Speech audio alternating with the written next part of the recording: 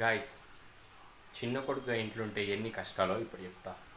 Sunday పూట నేను 6 o'clock లేచి మా నాన్నని స్టేషన్ కాడ దింపమంటే దింపేసి వచ్చి ఇంటికి రాగానే మా వదిన కిచెన్లో ఏమో చేస్తుందని చూడడానికి వెళ్తే, రోషన్ ప్లీజ్ పూరీలు కాలుస్తావా అంటే సరే వద్దా అని పూరీలు 1 hour కాల్చిన తర్వాత మరో 2 నిమిషానికి మా అన్న వచ్చి నేను బ్రెడ్ ఆమ్లెట్ తింటా, పూరి నేను తినను అనగానే మళ్ళీ బ్రెడ్ ఆమ్లెట్ ఎవరైనా వేస్తే మా అన్న అస్సలకి నచ్చడు.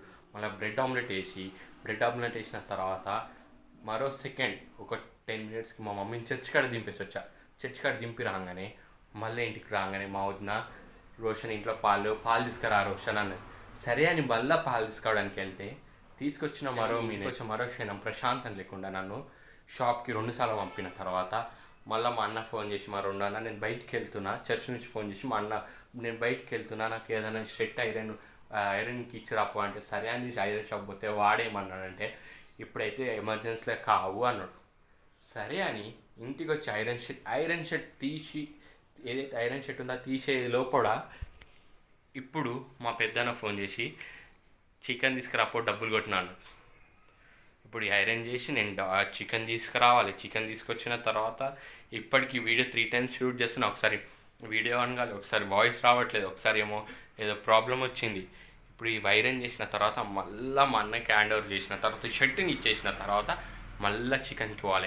ఎండలకు చికెన్కి పోయి మళ్ళీ చికెన్ తీసుకొచ్చిన మరో నిమిషం 2 అయిన తర్వాత నేను గచ్చిబౌలి పోయి మా అక్కని తీసుకురావాలి. ఈ నుంచి 12 kilometers, ఆ నుంచి మళ్ళీ 12 kilometers, 24 kilometers ఎండలు పోయి రావాలి. మళ్ళీ ఇంటికి వచ్చిన తర్వాత బిర్యానీ సంథింగ్ ఏదో చేస్తారంట స్పెషల్గా. అప్పుడు మళ్ళీ బయటికి పోయి మళ్ళీ మసాలాలు పట్టుకురావాలి, మళ్ళీ ఎండలో తిరగాలి, వీళ్ళకి హెల్ప్ చేయాలి. చిన్న కొడుకు ఉంటే ఇన్ని కష్టాలు ఉంటాయి. గైస్ గుర్తుపెట్టుకోండి, ఇంట్లో 3 కానీ 2 కానీ అన్న తమ్ముళ్ళు ఉంటే చిన్నోడు పడే నరక యాతన అసలు చెప్పలేనిది.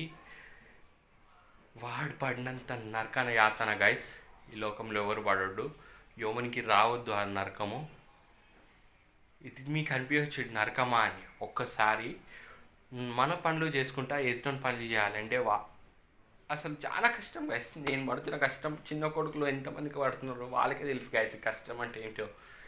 ఇక ఏం చెప్పలేం. మీరు ఒకవేళ చిన్న కొడుకు అయి ఉంటే చిన్న కొడుకు రీల్స్ షేర్ చేయండి.